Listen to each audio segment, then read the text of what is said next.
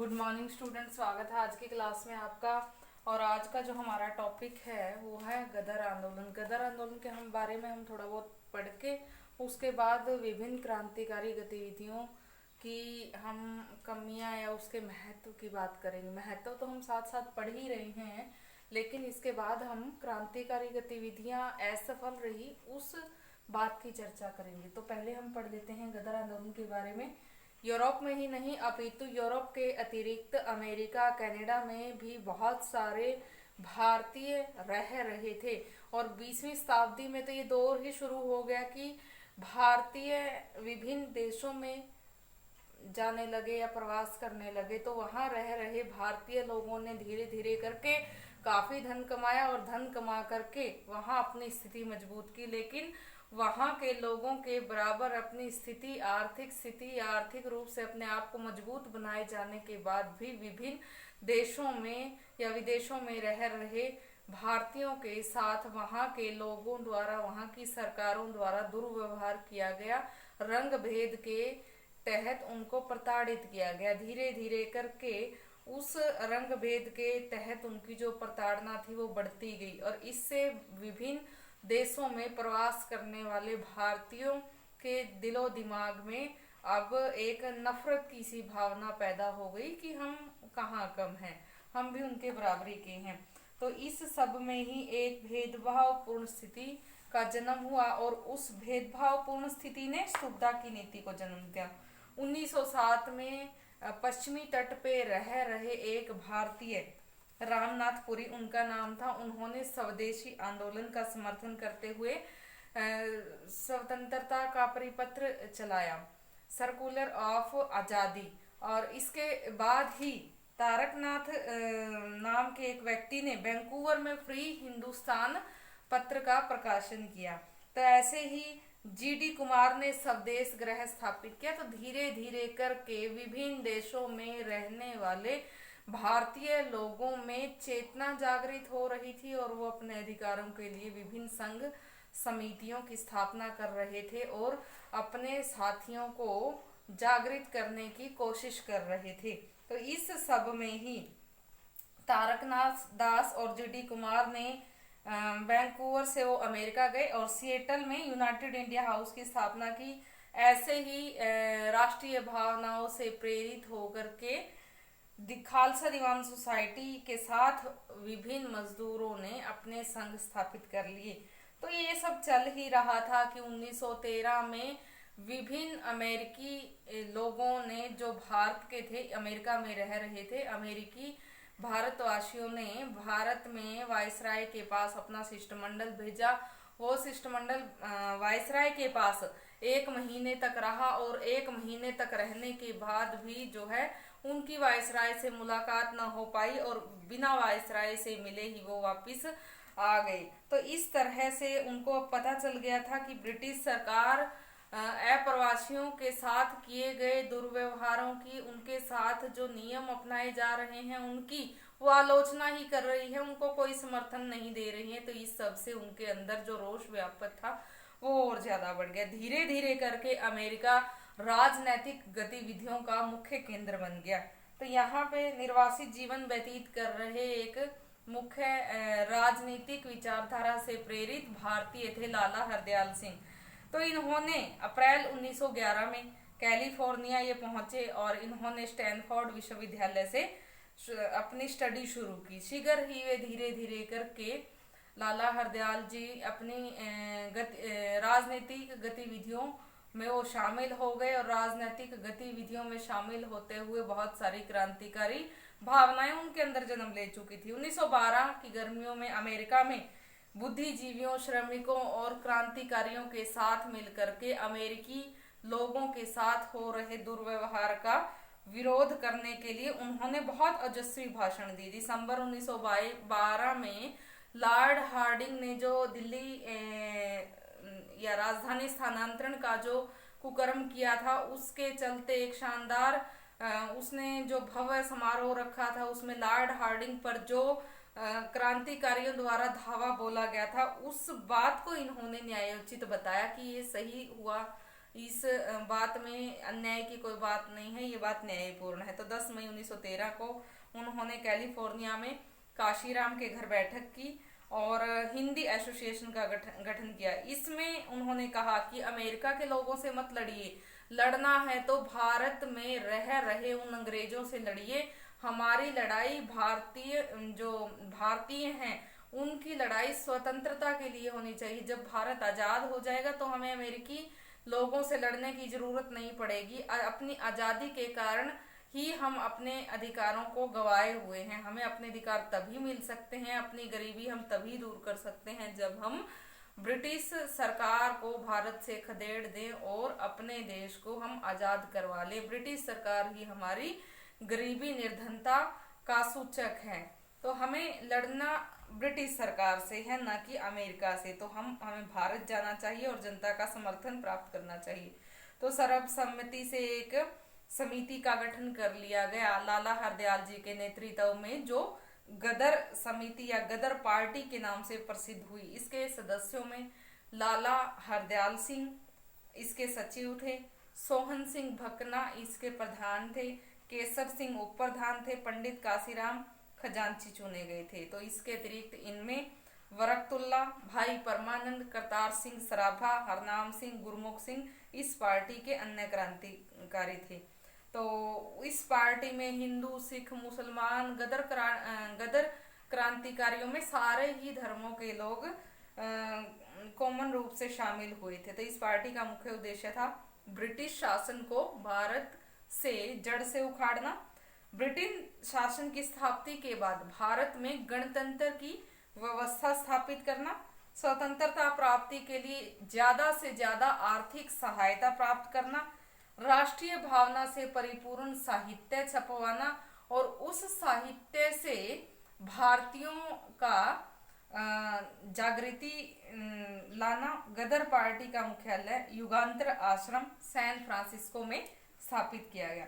1913 में एक साप्ताहिक पत्र निकाला गया जो गदर के नाम से ही निकाला गया था। शुरू का जो इसका अंक था वो पहला इसका अंक उर्दू में प्रकाशित हुआ, फिर बाद में इसका दूसरा अंक गुरुमुखी लिपि में प्रकाशित किया। इसके बाद जो इसके अंक निकले वो अंग्रेजी में, मराठी में और हिंदी में भी प्रकाशित हुए। शीर्ष पत्र में शीर्ष जो पृष्ठ इसका छपता था, पहला जो पृष्ठ छपता था उसमें अंग्रेजों का कच्चा चिट्ठा छपता था, जिसमें मुख्य रूप से इन्होंने अंग्रेजी सरकार द्वारा अपनाई जा रही भारतीयों के प्रति दमनपूर्ण नीति को और साथ ही साथ भारतीयों के साथ किए जा रहे अंग्रेजों के दुर्व्यवहार को और भारतीयों के खिलाफ जो साजिशें ब्रिटिश गवर्नमेंट रच रही है उनको छापा और ये दर्शाने की कोशिश की कि किस तरह से अंग्रेजों ने फूट डालो राज करो की नीति के तहत भारतीयों और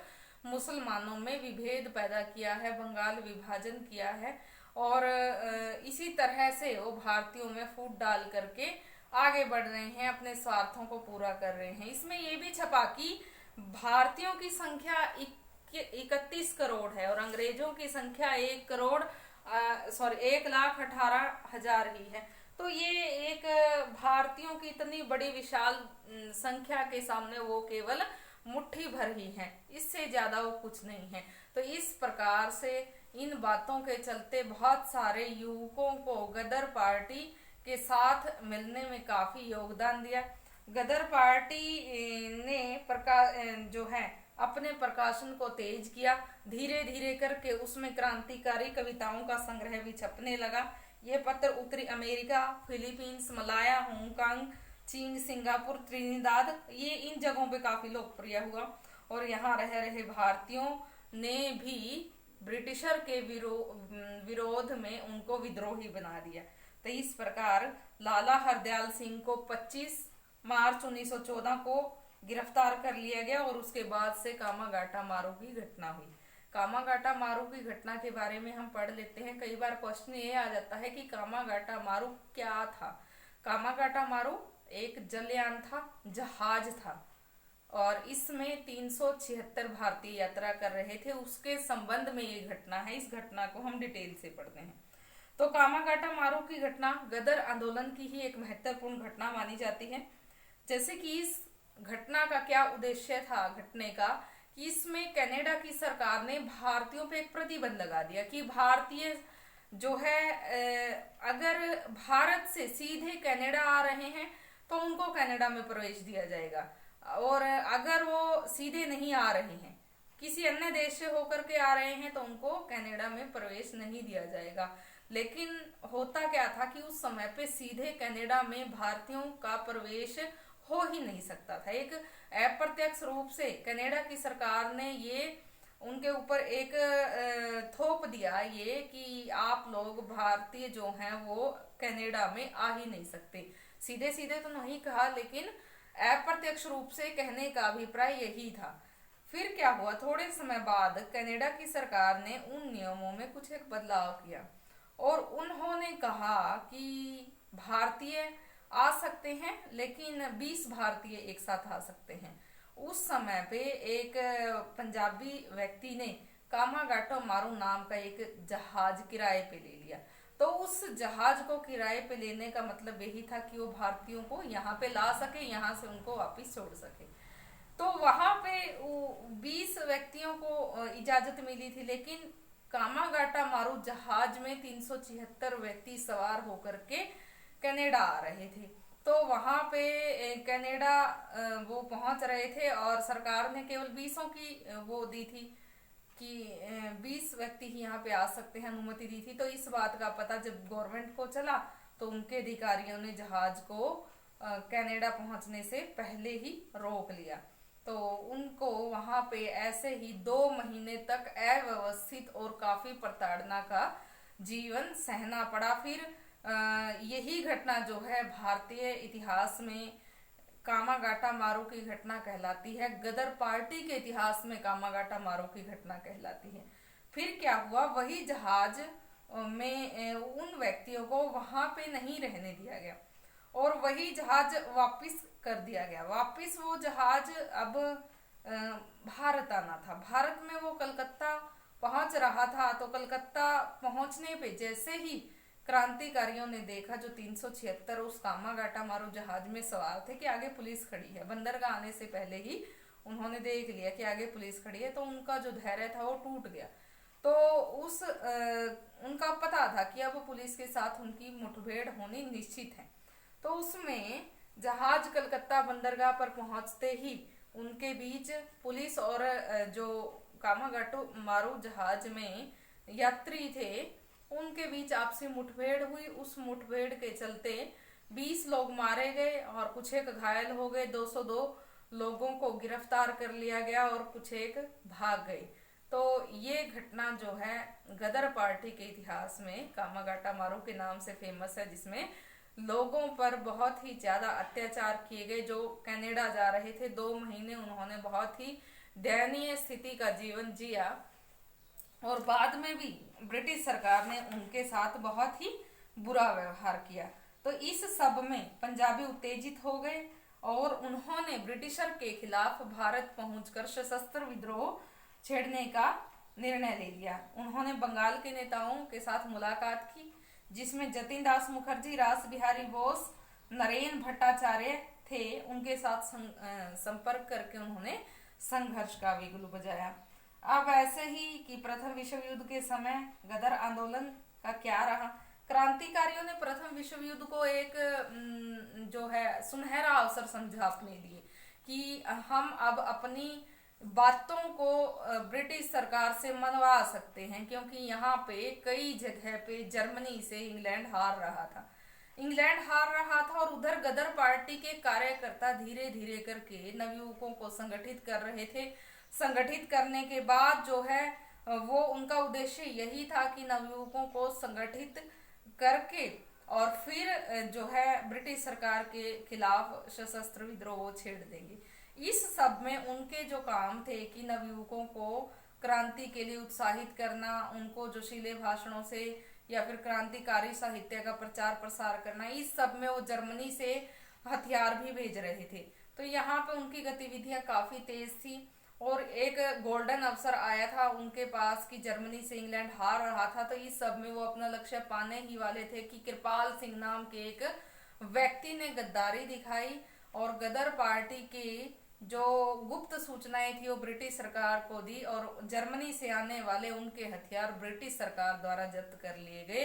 और गदर पार्टी की जो कार्यकारी या जो उस समय की संचालित गतिविधियां थी उन पे उन्होंने एकदम से ब्रिटिश सरकार ने रोक लगा दी, उन पे काबू पा लिया। इस तरह से गदर पार्टी के विभिन्न नेताओं को गिरफ्तार कर लिया गया, उनके हथियारों को जब्त कर लिया गया, जो भी उनकी सामग्री थी उनको जब्त कर लिया गया, और बहुत सारे लोगों को जेल में डाल दिया गया। तो इस सब से सरकार ने क्रांतिकारियों के साथ कड़ी कार्यवाही की, उनको कठोर सजाएं दी।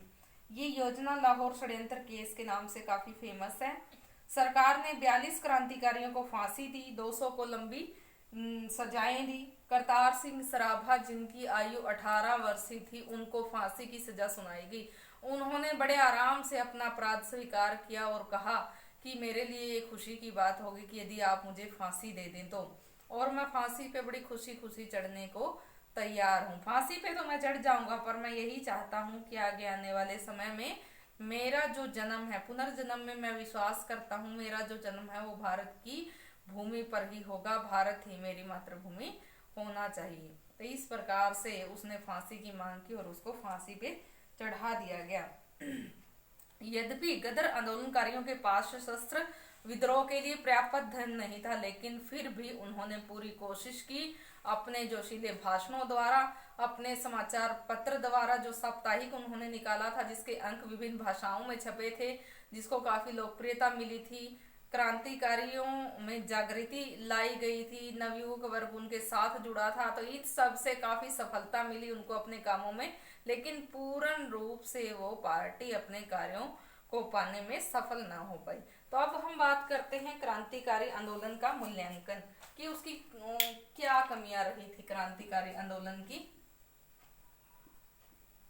क्रांतिकारी आंदोलन में कुछ कमियां रह गई थी, जिसके कारण से इतनी सारी क्रांतिकारी गतिविधियों के घटित होने के बाद भी ये आंदोलन असफल रहा। पहला है जनता के समर्थन का अभाव।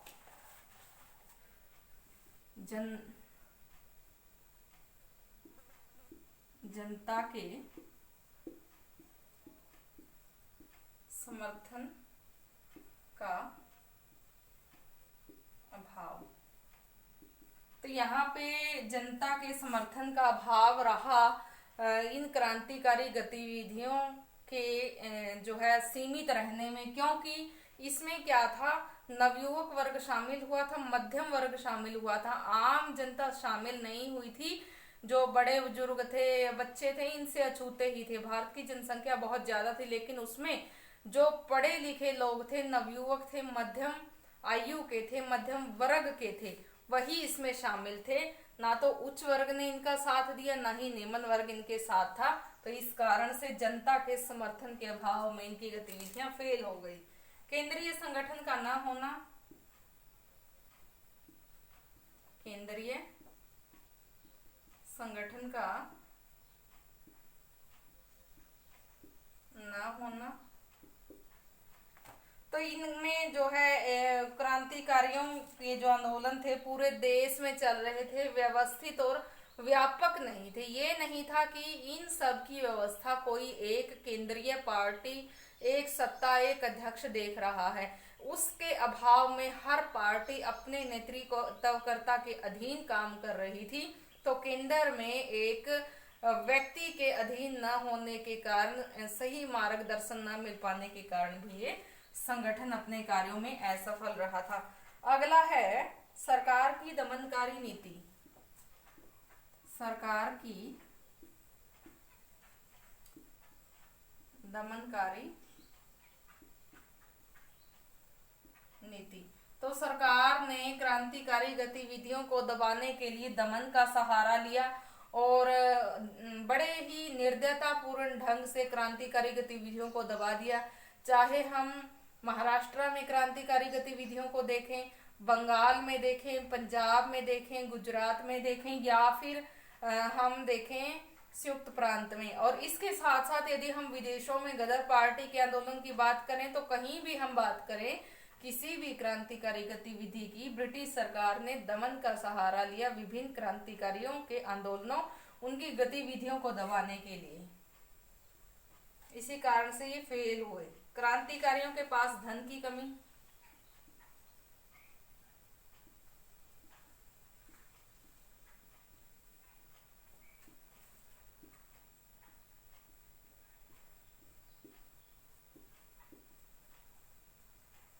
क्रांतिकारियों के पास धन की कमी थी, उनके पास धन नहीं था, इसलिए उन्होंने अपना घर बार सब कुछ बेच दिया।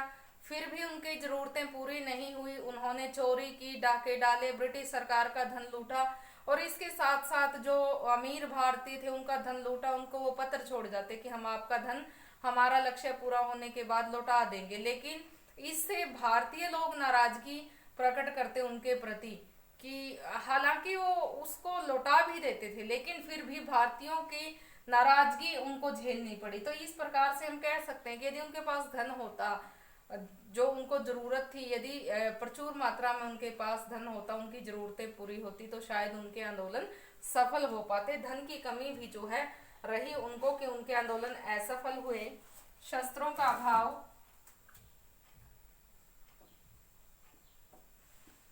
शस्त्रों का उनके पास काफी अभाव रहा।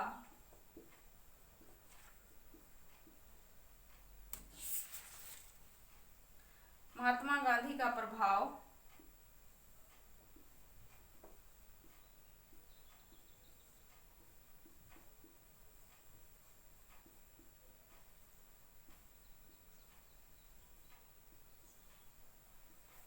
तो महात्मा गांधी का उदय देखा जा सकता है, जिसमें महात्मा गांधी ने शुरुआत में ही जो है अहिंसा का पाठ पढ़ाया और बहुत सारी जनता उनके साथ भी जुड़ी और उनके आंदोलनों का हिस्सा भी बनी। तो वो तो पूर्णतः क्रांतिकारी गतिविधियों के विपरीत थे, लेकिन क्रांतिकारियों का उद्देश्य यही था कि क्रांति के द्वारा ही वो आजादी पाना चाहते थे। ब्रिटिश सरकार की दमनकारी नीतियों से भारतीयों को आजाद करवाना चाहते थे, लेकिन महात्मा गांधी का उस समय प्रभाव काफी बढ़ गया था। तो क्रांतिकारियों की जो गतिविधियां थी इस वजह से भी काफी फेल हो गई या जो है वो निष्क्रिय हो गई कि वहां पे एक अहिंसात्मक व्यक्ति का नेतृत्व आ गया था। तो इस प्रकार से हम कह सकते हैं कि क्रांतिकारियों ने काफी कोशिशें की, जिनमें हम बाद में हम पढ़ेंगे भगत सिंह के रूप में क्रांतिकारियों का प्रादुर्भाव या फिर उनके द्वारा जो चलाया गया क्रांतिकारी संगठन, उसमें उसके बाद हम सुभाष चंद्र बोस को पढ़ेंगे। तो वो जो है क्रांतिकारी गतिविधियों के आगे प्रणेता रहे और उन्होंने क्रांति के द्वारा ब्रिटिश सरकार की दमनकारी नीतियों को चुनौती दी। लेकिन यहाँ पे जो क्रांतिकारी आंदोलन चले थे वो इसीलिए फेल हो गए क्योंकि ना तो जनता का समर्थन उनको प्राप्त हुआ, केंद्रीय संगठन नहीं था, सरकार ने दमन का सहारा लिया, क्रांतिकारियों के पास धन नहीं था, शस्त्रों की कमी थी और महात्मा गांधी का प्रभाव पड़ा उनकी गतिविधियों को फेल करने में, क्योंकि महात्मा गांधी अहिंसा के पुजारी थे, हिंसा को वो गलत मानते थे। स्टूडेंट्स आप पढ़ के देखेंगे गदर पार्टी को और क्रांतिकारी गतिविधियों की क्या कमियां रही क्योंकि वो फेल हो गई। ये टॉपिक आज कंप्लीट हो जाता है। अगला जो टॉपिक है हम नया टॉपिक स्टार्ट करेंगे, ये टॉपिक कंप्लीट है आपका। Thank you.